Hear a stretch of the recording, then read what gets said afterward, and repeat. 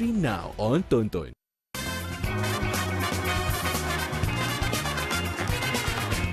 Masih menghidupkan bagi anda di Malaysia hari ini dan kita akan bincangkan tentang Melaka Gaharu One Stop Center. Apakah itu? Kita terus bersama dengan tetamu saya pagi ini. Saya perkenalkan Encik Muhammad Aftar bin Amir, Pengarah Bahagian Peladangan Hutan MTIB, dan juga di hujung sana yang berbahagia Datuk Abdul Razak bin Haji Ali, Pengasas Biobenua Teknologi Sendirian Berhad. Assalamualaikum. Assalamualaikum. Terima kasih meluangkan masa di MHI dan mungkin kita nak dapatkan sedikit penerangan dan juga perkembangan yang terkini berhubung dengan fungsi dan juga peranan MTIB sendiri dalam pembangunan industri gaharu di Malaysia. Okey, baik Sofia. Pertama sekali saya terangkan berkenaan dengan produk gaharu dan juga karas lah. Yeah. Sebenarnya karas adalah pokok dan gaharu adalah produknya.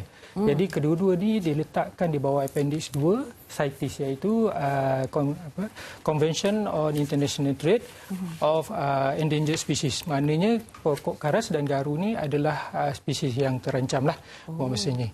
Okey, dan apa fungsi MTIB? MTIB adalah salah satu management authority ataupun pihak pengurusan yang dilantik di bawah atas CITES ni, termasuk dengan Jabatan Hutan Sarawak dan juga Sabah. Maknanya untuk MTIB kita mengawal selia berkaitan gaharu di semenanjung Malaysia dan wilayah persekutuan.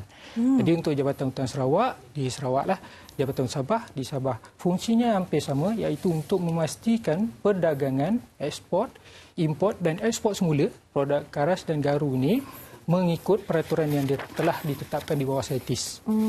Maknanya ia adalah produk yang terancam dan kita nak kawal, kita nilai kan. Jadi semua urusan pendaftaran ladang, pemilik tapak semayan dan juga sekiranya produk tu adalah untuk dikomersialkan ataupun untuk diekspor, perlu berdaftar dengan MA yang telah dilantik tadi. Ada 3 MA tadi ya. Kita melihat ini penyelarasan yang sangat teliti yang perlu diwujudkan khususnya bagi spesies ini yang sangat terancam ya. Dan nilai ekspor gaharu di Malaysia dalam tempoh beberapa tahun kebelakangan ini bagaimana pula? Okey, saya sentuh berkenaan dengan statistik pengeluaran. Okey, kalau ikutkan sebelum COVID, mana sebelum pandemik COVID-19, ekspor gaharu pernah mencapai sehingga ke 15 juta. Okey, produk gaharu 15 juta. Wow. Cuma nilai ini berkurangan pada tahun 2021, ia jatuh kepada 1.6 juta saja. 1.6 juta. Tapi melihat kepada trend terkini, kita lihat ada perkembangan positif lah. Pada tahun 2022 meningkat kepada 3.3 juta dan pada 2023 meningkat kepada 8.6 juta, iaitu peningkatan sebanyak 160% lah. Wow. Berbanding daripada tahun lepas. Dan kita menjangkakan dan MTIB amat mengharapkan pada tahun 2025 nilai ekspor itu meningkat lagi kepada 9 ke 10 juta. InsyaAllah. Itu. Buat masa ini pendaftaran untuk penanam di bawah semua MA tadi dianggarkan dalam sekitar 304 pengusaha lah. Jadi termasuk koperasi dan orang persendian. Jadi yang ini merangkumi 2,741 hektar ladang karas yang juga di dalam ladang tu terdapat dalam lebih kurang 2.6 juta pokok. Wow. Satu Malaysia. Nampak perancangan kita bagaimana kita nak merancakkan lagi bagi industri gaharu ini. Dan bagi Datuk sendiri, kemudahan yang boleh kita tahu dan peroleh daripada Melaka Gaharu One Stop Center, apa yang perlu kita tahu dan bagaimana rakyat Malaysia boleh memanfaatkan institusi yang ada seperti ini? Okey, terima kasih Sofia. Biobenua Teknologi Sendirian Berhad adalah sebuah syarikat Bumiputera yang didaftarkan di bawah Akta Syarikat Malaysia 1965. Jadi kita beroperasi atau beralamat di Lot A107 dan 108 di Nusa Dusun Orchid Resort Kuala Linggi, Melaka. Di Melaka. Kita di Melaka. Okey.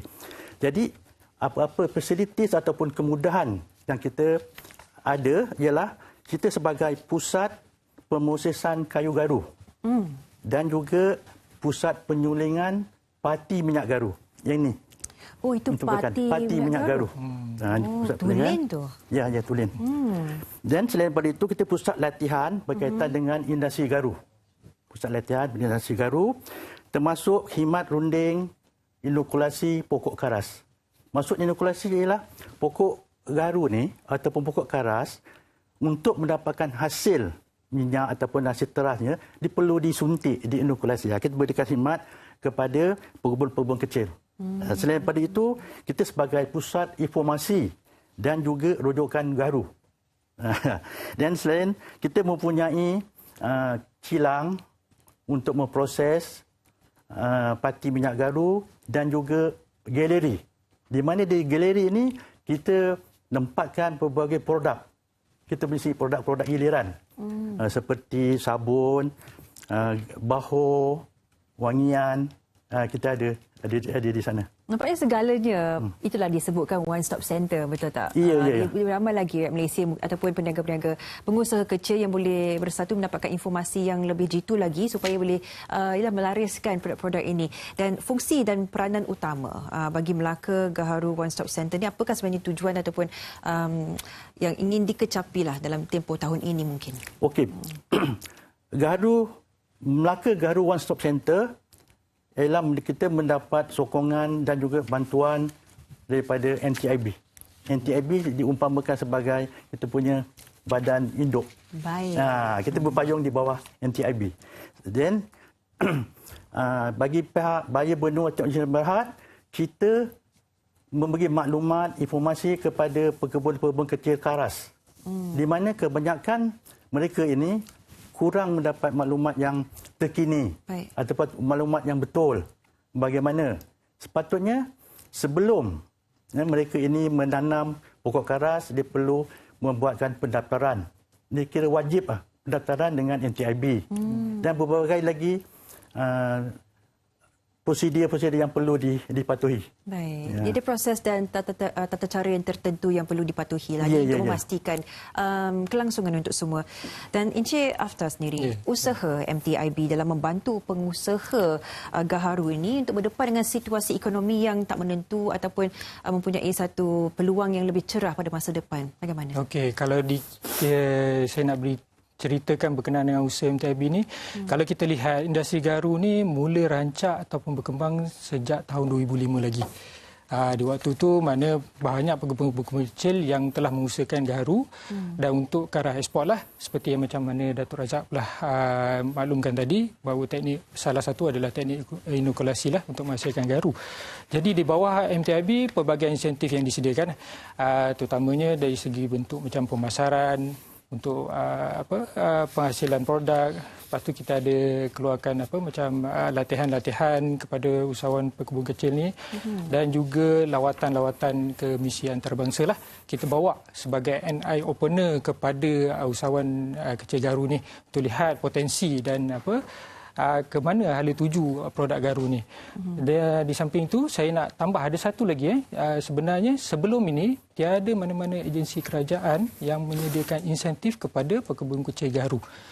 Dan buat masa ni alhamdulillah tahun ini di bawah rancangan Malaysia ke-12 MTIB telah diperuntukkan satu projek pembangunan usahawan dan pekebun kecil garu di mana dalam tu insentifnya adalah insentif untuk inokulasi kepada pekebun kecil. Satu pekebun kecil atau koperasi diperuntukkan sebanyak 125 pokok lah untuk diinokulasi.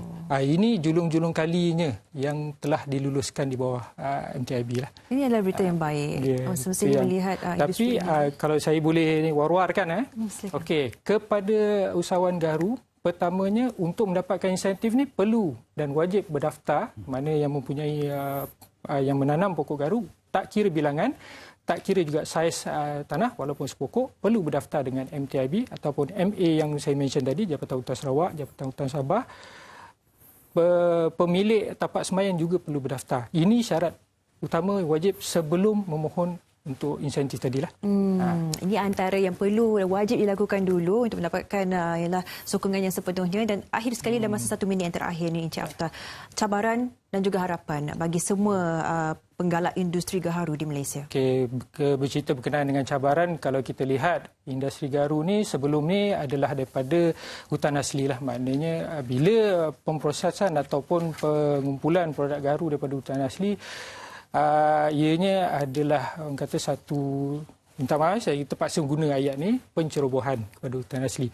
Sebab itu MTIB menggalakkan peladangan hutan di mana sumber yang kita dapat tu adalah daripada hasil yang inilah yang sustainable ataupun lestari. Baik. Jadi penghasilan garu itu sendiri kalau kita lihat agak sukar. Jadi teknik inokulasi yang telah disediakan seperti mana Cik Datuk Razak tadi bolehlah diwar-warkan kepada peserta-peserta garu lah untuk mendapatkan servis ataupun khidmat daripada Bayu Benua. Dan harapan MTIB adalah supaya industri garu ini berkembang pesat, lebih maju dan seperti yang saya mention tadi, kalau boleh kita nak mencapai 300% ekspor negara. Dan ke arah produk yang bersih, yang bukannya daripada sumber pencerobohan hutan lah. Baik. Okay. Yang diwujudkan secara baiknya, kita ucapkan terima kasih kepada Encik Muhammad Aftar bin Amir, Pengarah Bahagian Peladangan Hutan MTIB, dan juga kepada Datuk Abdul Razak bin Haji Ali, Pengasas Bayu Benua Teknologi Sdn Bhd, berikan kita satu gambaran penuh bagaimana kita boleh merancangkan lagi peluang khususnya bagi pemain industri gaharu di Malaysia. Terima kasih kita ucapkan. Dan kita akan berehat seketika, teruskan menonton Malaysia Hari Ini.